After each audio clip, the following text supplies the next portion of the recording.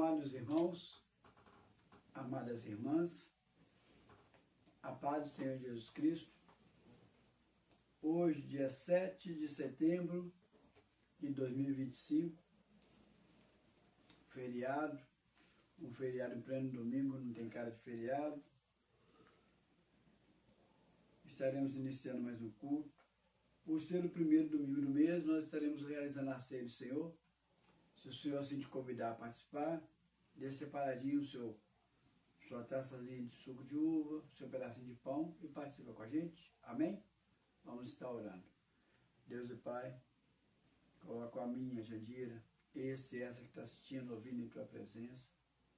Sim, ó Deus, leva cativo nossos pensamentos, obediência a Ti, para que a gente não venha dispersar, para que a gente possa absorver aquilo que o Senhor tem para nós. Na autoridade que me desse do alto céus, faça cair por terra toda a tentativa das trevas e dos homens de atrapalhar, de impedir a realização deste culto, a transmissão deste culto e deste culto chegar aqui no Senhor quer que chegue. Sim, Senhor, o Senhor tem a primazia. Toma a direção em nome de Jesus. Santo Espírito, és bem-vindo neste lugar. Santo Espírito, és bem-vindo neste lugar. Onipotente Pai, de graça e misericórdia, és bem-vindo neste lugar. Deus está aqui, aleluia, tão certo quanto o ar que eu respiro, tão certo quanto a manhã que se levantará, tão certo quanto eu lhe falo e podes me ouvir. Deus está aí, aleluia, tão certo quanto o ar que eu respiro, tão certo quanto a manhã que se levantará, tão certo quanto eu lhe falo e podes me ouvir. Tão certo quanto eu lhe falo, tão certo quanto eu lhe falo, tão certo quanto eu lhe falo e podes me ouvir. Vamos agora fazer os pedidos de oração. Você pode fazer sua petição em pensamento, o Senhor contempla, o Senhor responde, o Senhor age. Vamos estar colocando em especial a nossa sobrinha Ana Carolina, que está passando mal, precisando da intervenção do Senhor na área da saúde. Coloco na presença do Senhor os pedidos também que aqui estão. Deus e Pai, em nome de Jesus, coloca a Ana Carolina, Senhor, em Tua presença. Vem com a Tua cura sobre a vida dela, Pai. Coloca uma petição que está aqui na minha mão direita, em Tua presença. Sim, responde, ó Deus. Coloca a petição que está aqui nessa caixinha que não foi respondida, na Tua presença. Coloca a petição que está sendo formulada agora, por esse e por essa que está assistindo e ouvindo. E peço, Senhor, age, opera, segundo o Teu querer, segundo a Tua vontade, Pai. Em nome de Jesus. Em nome de Jesus. A mensagem que Deus trouxe ao meu coração hoje é: quem te orienta? O corpo, a alma ou o espírito? Você é conduzido. Talvez existe uma mudança, ora o corpo, ora a alma, ora o espírito. Você consegue detectar quem é que está te conduzindo? Eu não estou dizendo para você no sentido de Deus ou de demônios. Eu digo no sentido de você, que tem corpo, alma, espírito. Qual é essas partes que te conduz? Olha para vocês verem aqui, 1 Tessalonicenses. Qual a parte do seu corpo, qual a parte do seu ser? Nem do seu corpo, qual a parte do seu ser que te conduz? 1 Tessalonicenses.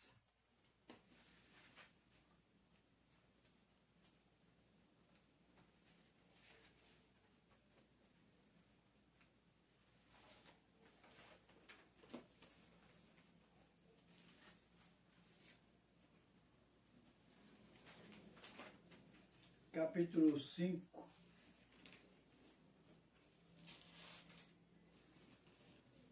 versículo 23. 5:23 diz o seguinte: 1 Tessalonicenses, tá depois de Filipenses, antes de Timóteo. Hebreus, Timóteo, Tessalonicenses. 1 Tessalonicenses, capítulo 5.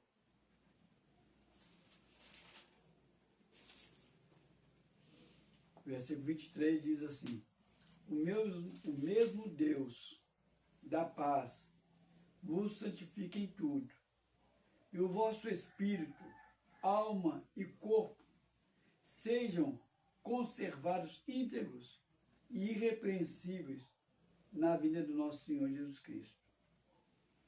Ele deixa claro, e a palavra de Deus não mente, que o nosso ser é espírito, alma, corpo. A alma e o espírito são muito parecidos. A alma é a parte espiritual que está ligado à matéria. O espírito é a parte espiritual que está ligado ao espiritual. Então você percebe que você é uma tricotomia. Você é isso, esse conjunto. Da mesma forma que a Trindade é o Pai, o Filho e o Espírito Santo, a sua essência, espírito, alma e corpo. Só que o interessante é que não é à toa que o autor colocou aqui em primeiro lugar espírito, alma e corpo em seguida. Todos os escritores da Sagrada Escritura escreveram inspirado por Deus. E nós cremos que divinamente o Senhor estava dizendo algo aqui nessa sequência. O que ele quer dizer nessa sequência? Nós não somos corpo. Nós somos espírito. Nós somos espírito. A nossa essência é espírito. Nós possuímos uma alma. E nós habitamos num corpo. O corpo é só uma habitação. É algo transitório, momentâneo, algo perecível. Agora a alma e o espírito não. Esses já estão ligados ao transcendente, além. Por isso nós somos espírito. E quando você identifica que você é espírito, você passa a entender essa vida com outra dimensão, com outra situação. Você não fica preso no aqui e agora, na sua situação que você está convivendo, porque você vai perceber que existe uma eternidade muito maior que o mundo que nós existimos. Aí eu te pergunto, qual dessas partes que está conduzindo a sua vida? É o espírito? É a alma? É o corpo? Vamos chegar a esse ponto começando pelo corpo, começando pelo trivial, pelo passageiro, pelo material, corpo. Vamos lá em Gênesis, capítulo 1, dá para nós uma certa vislumbre a parte do corpo que conduz a sua vida.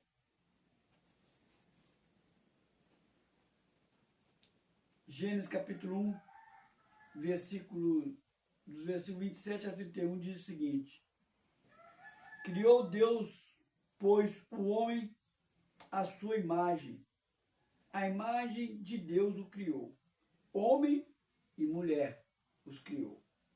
E Deus os abençoou e lhes disse: sede fecundo, multiplicai-vos, enchei a terra, sujeitai-a, dominai sobre os peixes do mar, sobre as aves do céu e sobre os animais que rastejam na terra. O que eu quero dizer com você isso? Quando Deus formou o homem, formou a mulher, Ele colocou algo natural, que é crescer e multiplicar. Mais abaixo que fala, todos os animais comem e tal. Dominar a natureza. É da natureza do homem, da mulher. Faz parte do instinto, é instintivo.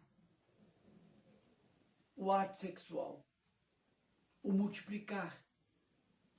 Se você coloca amor, ou se você coloca razão no ato sexual, aí é outros 500. Mas a essência do ato sexual é instintivo. Se você vai florear mais isso, você vai colocar mais intelectualidade nisso, é outros 500. O comer é instintivo.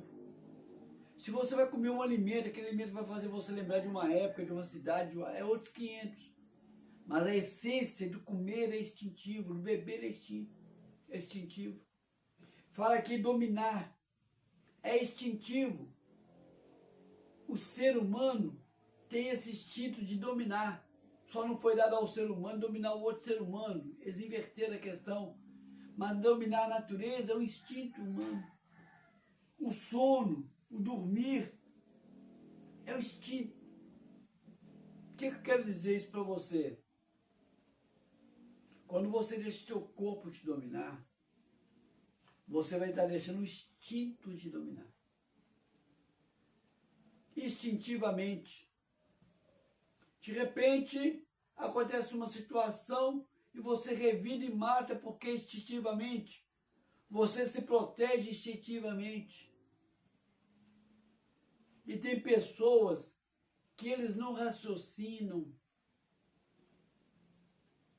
Tem pessoas que não deixam Deus trabalhar, mas eles vão pelo instinto. É o instinto animal. Você olha na selva, uma atitude natural que o animal tem, o ser humano faz. Você acha que é interessante você ser conduzido pelo seu instinto? Sendo que Deus deu para você uma mente pensante, Deus deu para você sentimentos, e você sabe que existe um mundo espiritual conduzindo as coisas, você vai deixar seu instinto fluir? O instinto assassino, o instinto gruturão, só vive para comer, o instinto do sono, só vive para dormir. Então, esta área do corpo é um perigo, dominar a sua vida. Deus colocou o instinto, mas você está acima dos animais. Você deve dominar o seu instinto. E você não deve deixar o instinto dominar você. A alma, então, já que não é o corpo, a parte do corpo instintivo, que sem pensar, sem nada refreado, faz. E a parte da alma? A alma é subdividida em 3. Ela é coração, sentimento, a mente, razão e a vontade. Então, Deus é trino, Pai, o Filho e o Espírito Santo. Nosso ser é trino, alma, espírito, alma e corpo. E a alma também se subdivide entre a razão, entre o sentimento e entre a vontade. Você vai deixar sua alma dominar sua vida? Conduzir sua vida? É interessante você dar vazão para sua alma, a área sentimental. Só faça aquilo assim que mexe com meus sentimentos, ou deixo de fazer, ou a sua área razão-mente. Eu sou uma pessoa muito pé no chão, eu sou muito materialista, eu tenho que ver as coisas acontecer matematicamente falando. Você acha interessante deixar a sua mente tomar conta da sua vida? Ser uma vida tão assim pragmática? Ou você acha que você deve deixar a sua vontade tomar conta? Nós já acabamos de ver que o instinto não é interessante, a parte instintiva. Mas a alma também não pode tomar conta. Por que a alma não pode tomar conta? Porque nem tudo deve ser conduzido pela razão. Nem tudo. A gente, de repente, tem um filhozinho assim, que foge da razão. Mas também, a gente também não pode ser também conduzido o tempo todo pelo sentimento. Tem pessoa que é sentimentalista, tudo. E também não pode ser conduzido pela vontade. Hoje eu acordei, não estou com vontade de fazer alguma coisa, eu não faço. Eu não estou com vontade de fazer, eu faço de qualquer maneira. Eu faço de má vontade, eu faço empurrando. Se você for olhar a sua vontade, você vai levar a vida aqui rastejando, empurrando a vida. Se você for olhar seu sentimento, você vai viver aqui num fluir tão estranho, porque são tantos sentimentos que circulam no ser humano. Se você for agir pela razão, é tão terrível aquela pessoa seca que só vai no racional. Então a vida não pode ser conduzida pela alma, porque se a vida for conduzida pela alma, ela vai ser conduzida por um desses. Olha para vocês verem aqui um exemplo do momento que a parte da alma, sentimento, domina uma situação. Vamos aqui em 2 Reis. 2 Reis, capítulo 4. Essa mulher não agiu pelo sentimento, pelo instinto, pelo corpo, e também não agiu pela razão. O filho dela morreu, ela fez algo que ela não contou para ninguém, porque se ela contasse, o pessoal vai estar ficando doido, senhor. Volta para trás. E não foi instintivo também não, porque isso não é instinto, nem animal não faz isso. Ela fez algo movido pelo sentimento, deu certo, deu, mas é um perigo se agir pelo sentimento. 2 Reis, capítulo 4, versículo 18 ao 22. Tendo crescido o menino, saiu certo dia até seu pai, que estava com os segadores. Disse a seu pai: "Ah, minha cabeça." Então o pai disse ao moço: "Levanta, leva-o para sua mãe." Ele o tomou e o levou à sua mãe, sobre cujo joelho ficou sentado até o meu dia, e morreu. Subiu ela e o deitou sobre a cama do homem de Deus. Fechou a porta e saiu. Chamou o seu marido e lhe disse: "Manda-me um dos moços e uma jumenta, para que eu corra ao homem de Deus e volte." Perguntou meu marido: "Por que vais ao homem de Deus? Não é o dia de festa, de lua nova, nem sábado." Ela disse: "Não faz mal." Então fez ela abordar o jumento e disse ao moço: "Guia e anda, não te detenhas no caminho, senão quando eu te disser." Partiu ela, pois, e foi ter com o homem de Deus no Monte Carmelo. Vendo-a de longe, o homem de Deus disse a Geazi, seu moço: eis aí a sulamita, corre ao seu encontro e diz-lhe: vai tudo bem contigo? Com teu marido? Com o menino? Ela respondeu: tudo bem. Chegando ela, pois, ao homem de Deus, ao monte, abraçou-lhe os pés.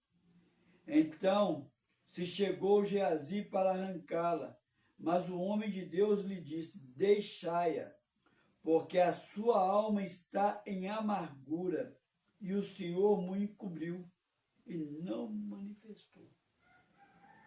A sua alma está em amargura. O que você quer dizer aqui? Que é uma mulher que foi pega desprevenida com a morte do filho. E ao invés dela fazer algo racional, que é preparar o corpo, chamar o marido, não, ela escondeu até do marido. Ela fez algo irracional porque, dentro do instinto natural, ela está preparando o sepulcro do menino. Mas não, o profeta diz que a alma dela estava amargurada. Ela aqui está mostrando que ela estava tão raivosa, ela estava tão chateada, ela estava tão desesperada, que ela deixou a alma dela falar mais alto. Qual a parte da alma? Razão? Não. Sentimento. Tanto é que ela não contou para ninguém, por quê? Para ninguém tratar ela como louca e não fazer o que ela queria. Ela queria fazer o que ela queria, pronto, acabou. Ela deixou dar vazão total ao sentimento. Isso é um perigo. Essa trajetória dela todinha, da hora que o menino chegou nos pés dela, que ela ficou cuidando do menino, que o menino morreu, que ela pôs o menino na cama, que ela montou numa mula, que ela foi até no nome de Deus. O percurso todinho, a alma dela estava amargurada. Ela não deixou vazão nenhum para razão. Ela não deixou vazão nenhum para o instinto. Ela não deixou vazão nenhum para Deus. Para o espiritual tomar conta. O que ela fez?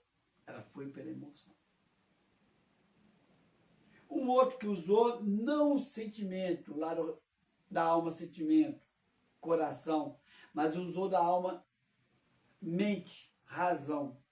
Está aqui no capítulo 5, só você seguir à frente um pouquinho. O nosso amigo Geazi. Capítulo 5, versículo 19 e 20. Naamã tinha sido curado, foi embora.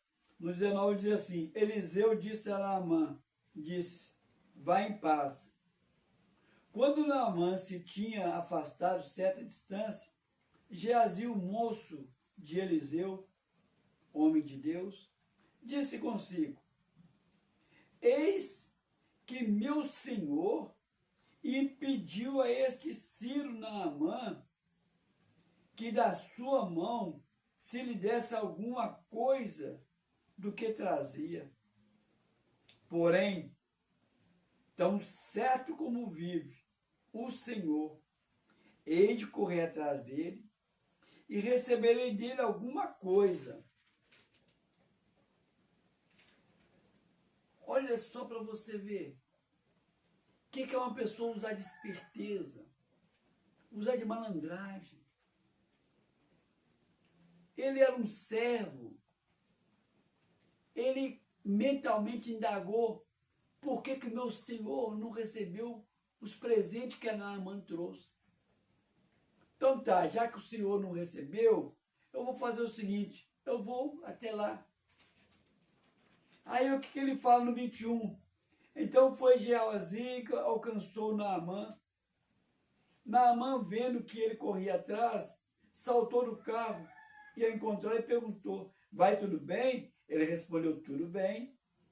Meu senhor me mandou dizer: eis que agora mesmo vieram a mim 2 jovens, dentre os discípulos profetas da região montanhosa de Efraim.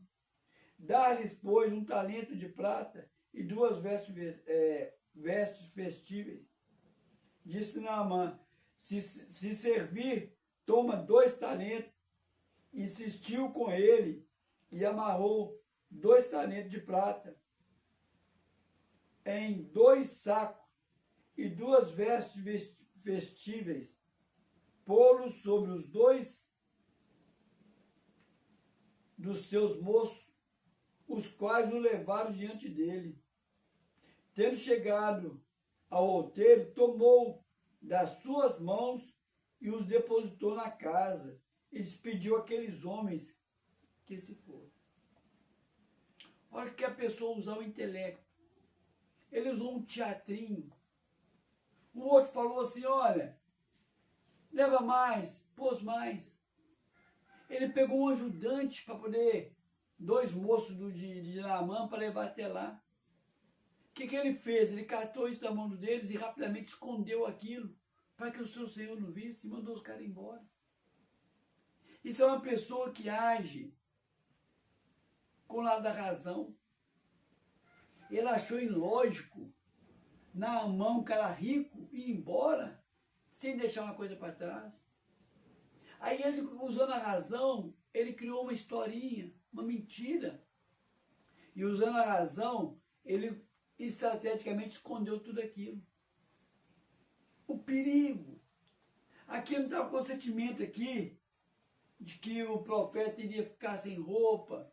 Ele não está o consentimento aqui de que Naamã é um sírio inimigo, não. Ele estava usando aqui a razão, a lógica. E é um perigo quando você usa a razão e a lógica, porque você vai dentro do matemático. Mas por que o profeta não recebeu de Naamã os presentes? Porque espiritualmente falando, não era momento, não era propício receber o presente. O profeta estava olhando com a ótica espiritual, enquanto que o servo estava olhando com a ótica do racional. E é um perigo você agir pelo racional. Não estou dizendo que você não deve usar o racional para lidar com as coisas espirituais, com as coisas terrenas. Não. Só que você tem que dominar. Você não pode ser dominado pela sua razão. Você tem que usar a razão de uma maneira inteligente e dominar ela. Fazer ela se calar no devido momento. Da mesma forma que você não pode ignorar os sentimentos, mas você não pode deixar o sentimento tomar conta. Da mesma forma que você não pode ignorar seus instintos, mas você não pode deixar o instinto tomar conta. O instinto seu não pode dominar a sua vida.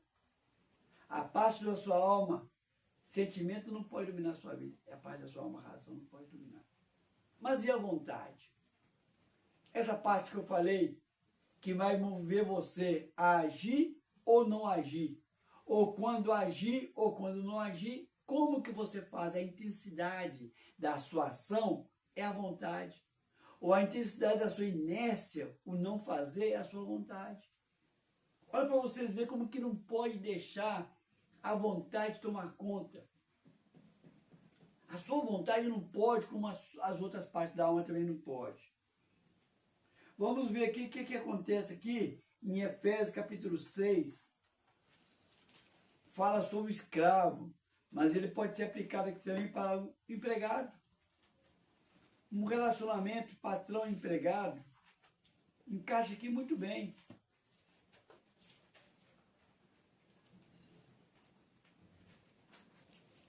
Efésios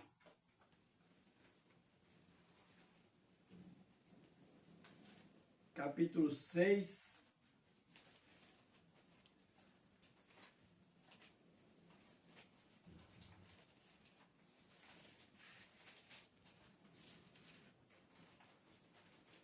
versículos 5 e 7, fala sobre o relacionamento. Diz o seguinte, 5 a 7. Quanto a vós outros servos, coloque também trabalhadores, observai ao vosso Senhor, ao vosso patrão, segundo a carne, com temor e tremor, na sinceridade do vosso coração, como a Cristo. Não servindo à vista, como para agradar ao homem, mas como servindo a Cristo, fazendo de coração a vontade de Deus, servindo de boa vontade, como ao Senhor e não como a homens. Eu já fui assim, tratado na minha vida profissional com muitas situações que me deixaram assim, me deixariam assim desmotivado a caminhar. Toda vez que aparecia a situação que me deixaria desmotivado, me vinha essa passagem. Eu não devo servir ao homem como para o próprio homem. Eu devo servir o homem como se eu estivesse servindo para Deus. Toda a autoridade foi construída por Deus. Se eu estou aqui é porque Deus mandou eu ficar. Aí eu falo para a minha vontade assim, eu não vou agir de má vontade. Ou eu não vou deixar de agir de má vontade. Eu vou fazer de boa vontade. Olha para você ver a diferença. Boa vontade. O que quer dizer aqui de boa vontade? Você não deve deixar a sua vontade dominar. Você deve procurar sempre esforçar a colocar a sua vontade, o quê? No crivo espiritual da vontade de Deus. Ah, hoje eu estou cansado, eu não quero ir trabalhar. Ué, para aí. Hoje estou cansado, não vou estudar. Hoje estou cansado, não vou comer. Ficar parado quer dizer que a vontade, ela existe? Existe. Eu devo observar minha vontade? Devo. Mas eu não posso deixar dominar. É diferente. Quem é que vai estar orientando a sua vida? O seu corpo, com os seus instintos? A sua alma? Com a razão, mente, coração, sentimento? Ou com a vontade? Não. Se não pode dominar o corpo não pode estar dirigindo. Se a vontade não pode estar, a alma não pode estar dirigindo, quem é que deve dirigir a sua vida? O seu espírito. O espírito é que dirige a vida. Você lembra que eu falei para vocês lá atrás, na ordem, que nós somos um espírito, possuímos uma alma e habitamos no corpo? Se a gente habita no corpo, esse corpo é só uma moradia, não pode. Se nós possuímos uma alma, quer dizer que essa alma ela é possuída por você, e não o contrário, a alma te possuir. Mas o que nós somos? Nós somos espírito. O espírito que tem que dominar. E eu coloco uma observação aqui no espírito, aqui, ó. Para Deus, o espírito humano é morto até o momento que ele aceita Jesus como Senhor e Salvador. Para Deus, está morto. Quando a gente aceita Jesus como Senhor e Salvador, nós nos tornamos filhos de Deus. Nós nascemos no Espírito. Nós passamos a ter um espírito de adoção. Por isso nós chamamos ele de Pai. Está aqui na Bíblia. Então, para Deus, é como se você vivesse aqui sua alma e corpo. Mas, na verdade, ele sabe que você não tem como não viver sua alma e corpo. Porque eu coloco aqui também, aqui, ó, observação. Todo espírito humano possui um ou mais espíritos. Como é que é isso? Porque o espírito é a casa onde vai abrigar o mundo espiritual. O mundo espiritual pode interferir no corpo, pode interferir na alma? Pode, mas ele habita, ele aloja, ele fica, é na alma. Ó, é no espírito, na alma. Olha para vocês verem aqui, interessante isso. A manifestação de dois espíritos, o Espírito Santo de Deus e o espírito de demônios, numa única pessoa, numa única situação. Mateus, capítulo 16. Mateus, capítulo 16.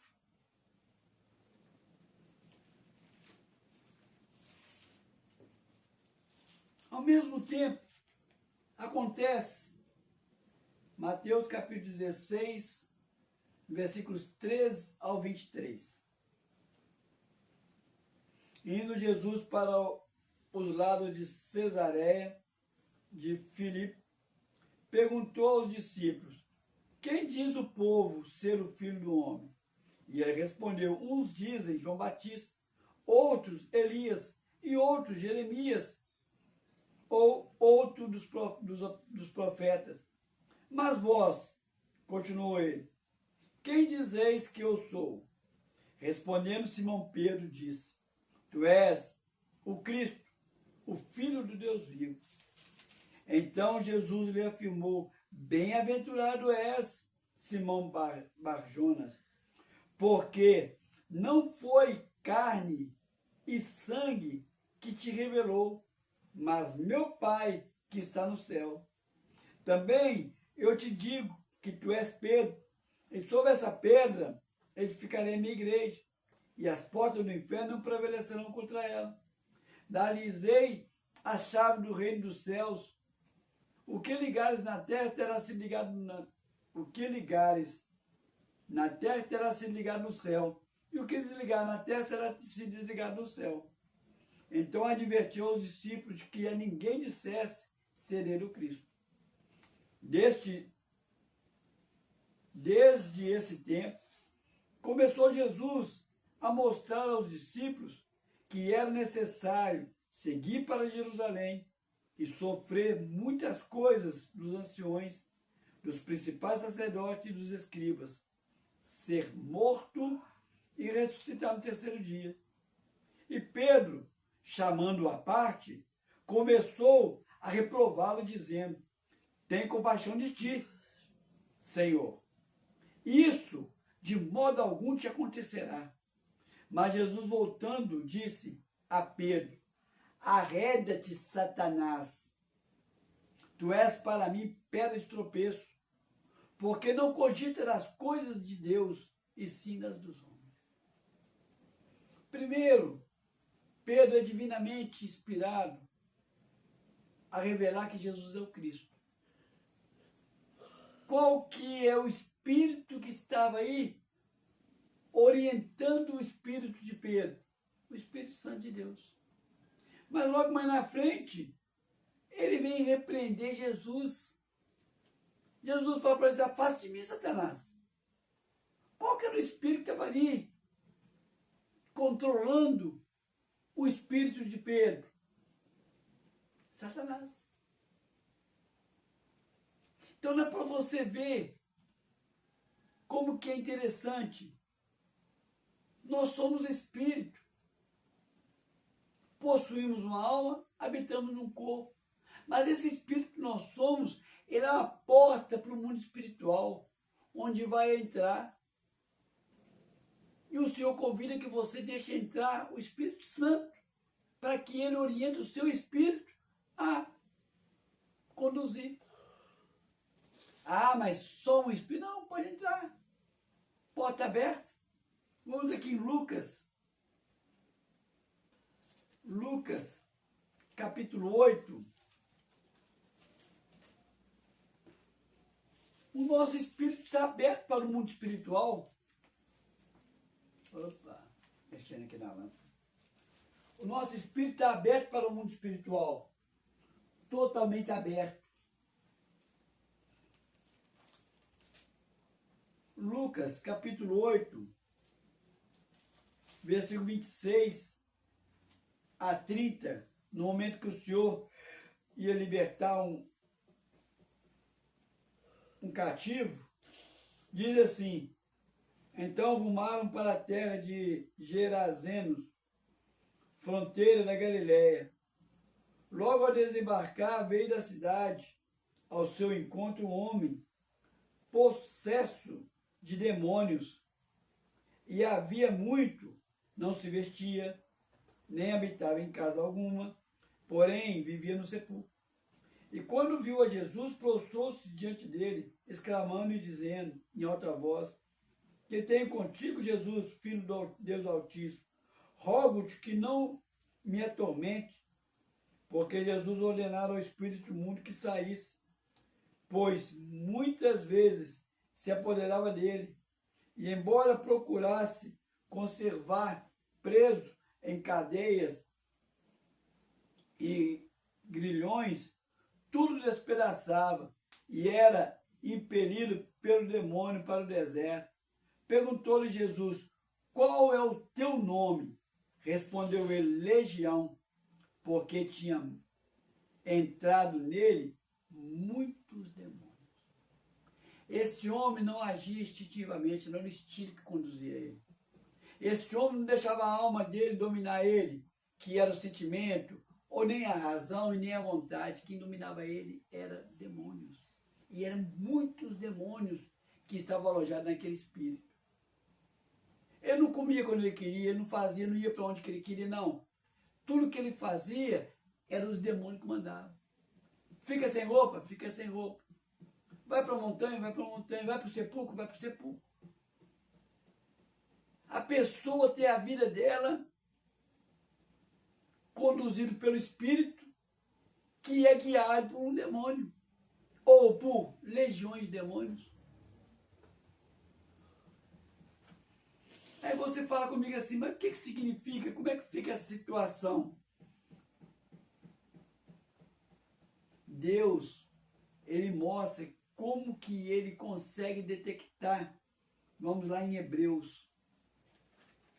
Hebreus, de maneira bem nítida,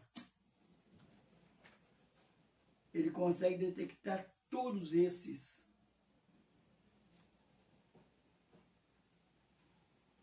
Olha para vocês verem aqui, Hebreus capítulo 4. Hebreus 4, versículo 12 e 13. Hebreus 4, 12 e 13 diz o seguinte: porque a palavra de Deus é viva e eficaz, e mais cortante do que qualquer espada de dois gumes, e penetra até o ponto de dividir alma e espírito. Alma e espírito é quase que a mesma coisa, porque são duas áreas que lidam com o mundo espiritual, mas a palavra de Deus consegue discernir tranquilamente quando a sua ação é pela alma ou é pelo espírito. Mas se não bastasse, ela fala juntas e medulas, quer dizer, o corpo. Ela consegue também dividir o corpo, juntas e medulas. E é hábito para discernir os pensamentos e propósitos do coração. Coração e sentimento, pensamento é razão. Quer dizer, quando a alma tem aquela subdivisão dela, a palavra de Deus pode também discernir. O que isso quer dizer? Que o Senhor consegue contemplar e entender o mais profundo quem que está ali naquele instante. Por isso Jesus falou: olha, parabéns, Pedro, foi Deus que te falou isso. Arreda de mim, Satanás. Porque ele consegue detectar, perceber a essência. A palavra de Deus fala que o Senhor pega o seu coração, ele esquadrinha o seu coração. O que significa? Ele pega uma partezinha do seu coração, põe no letra, esquadrinha detalhadamente mais profundo da sua mente, do seu pensamento, da sua vontade, do seu instinto. E o que a gente deve fazer com isso? Está aqui em Romanos. Como que a gente pode fazer com essa situação que nos foi passada? Romanos.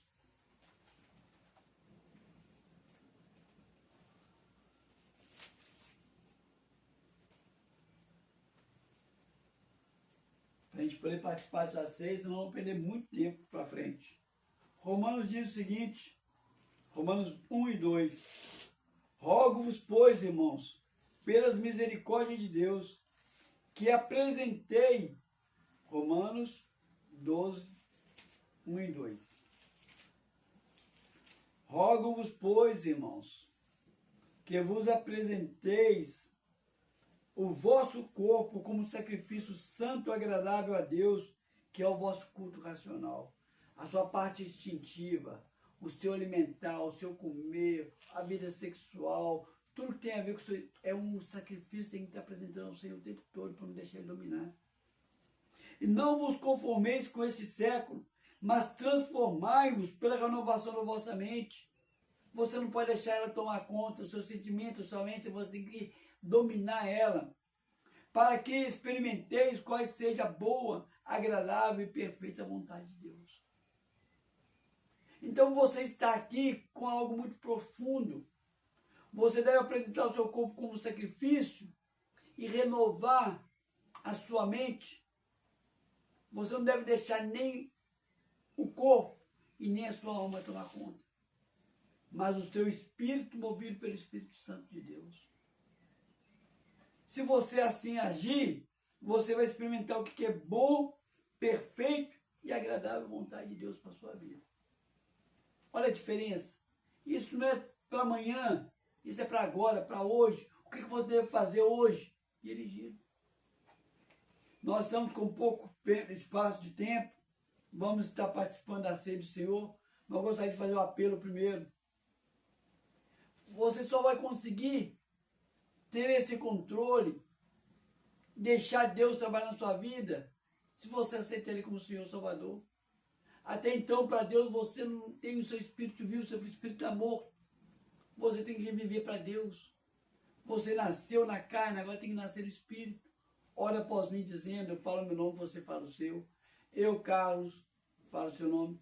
Reconheço que muitas vezes, por pensamentos, por palavras, por atitude e até por omissão, eu entristeci o coração de Deus.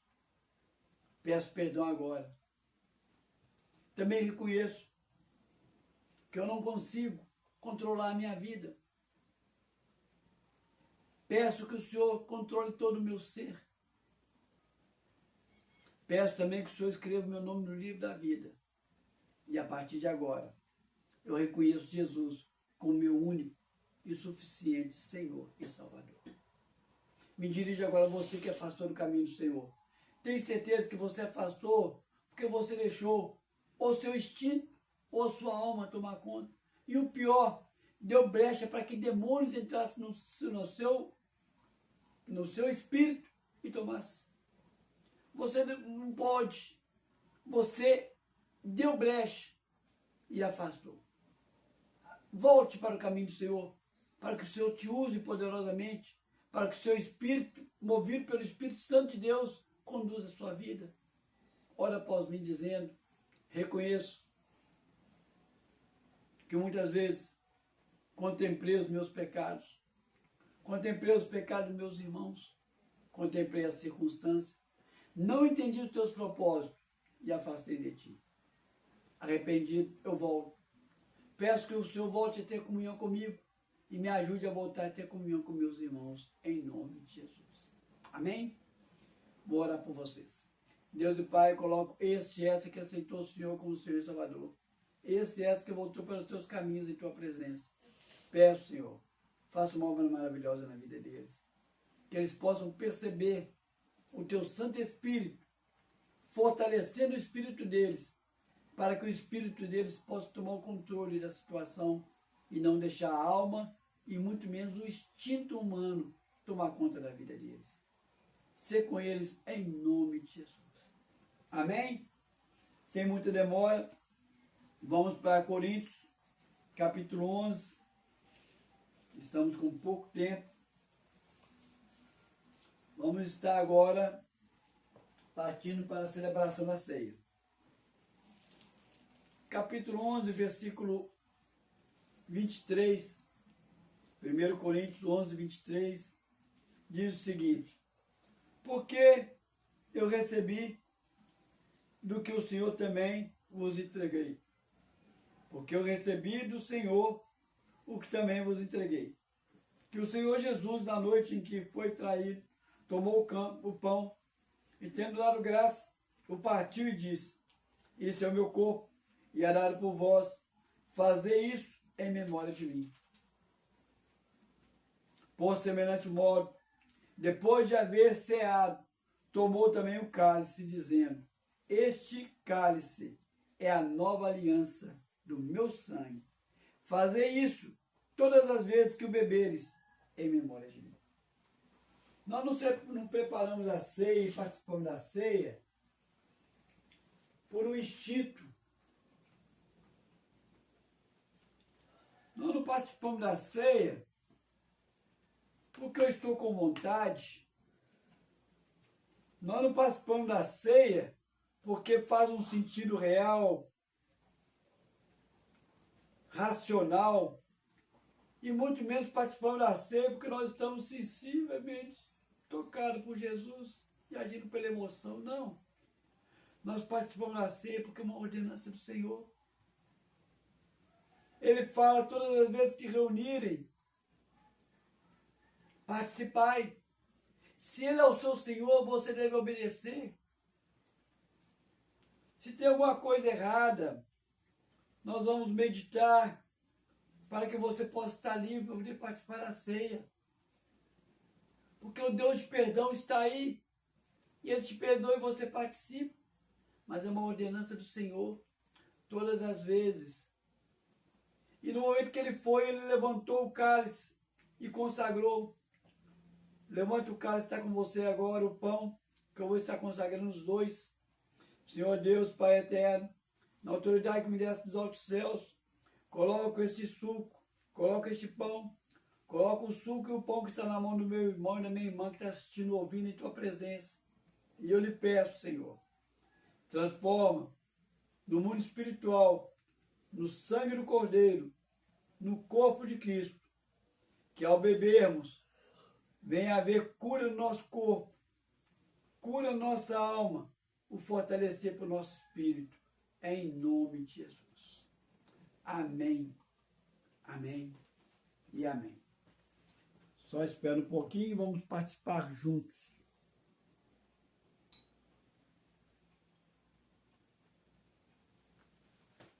Juntos, vamos fazer um minuto de oração, de reflexão, para não participarmos indignamente.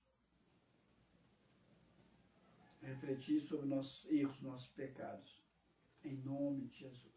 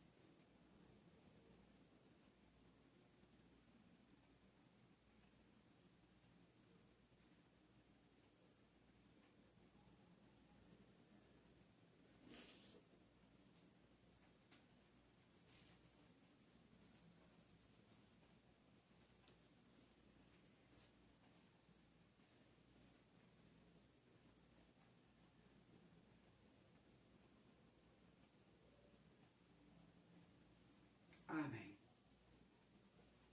Sendo assim, juntos, comamos e bebamos, em nome de Jesus.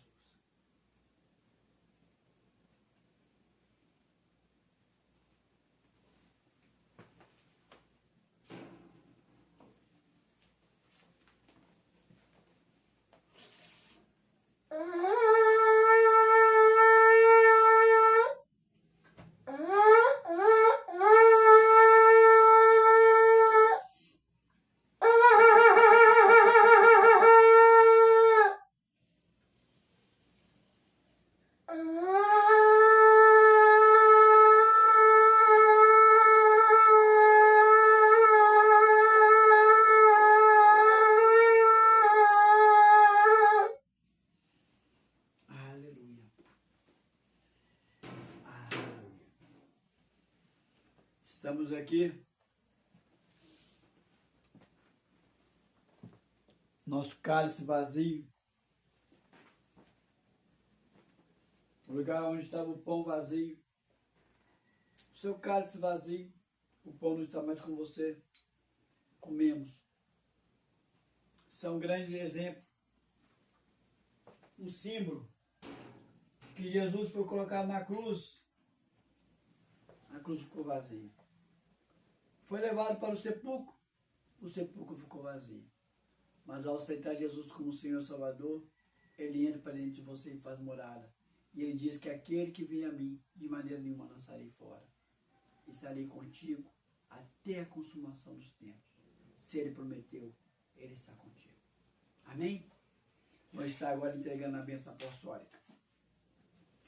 Deus e Pai, coloca o Senhor a mim, a Jandira, essa que está assistindo, ouvindo em Tua presença, Pai. Senhor, nós temos o instinto humano, mas ensina-nos a conduzir nosso instinto. Nós possuímos uma alma, mas ensina-nos, Senhor, a controlar essa alma. Senhor, nós somos espírito, mas que a gente não abre brecha para que demônios, nem por segundo sequer, venham entrar nessa casa que o Senhor varreu, que o Senhor arrumou, que o Senhor deixou limpo, mas que somente o Teu Santo Espírito possa estar habitando no nosso espírito. Como embaixador do Senhor aqui na terra, eu determino que eu, a Jandira, essa que está assistindo, ouvindo, tenhamos uma semana mais que abençoada, em nome de Jesus. Amém, amém e amém.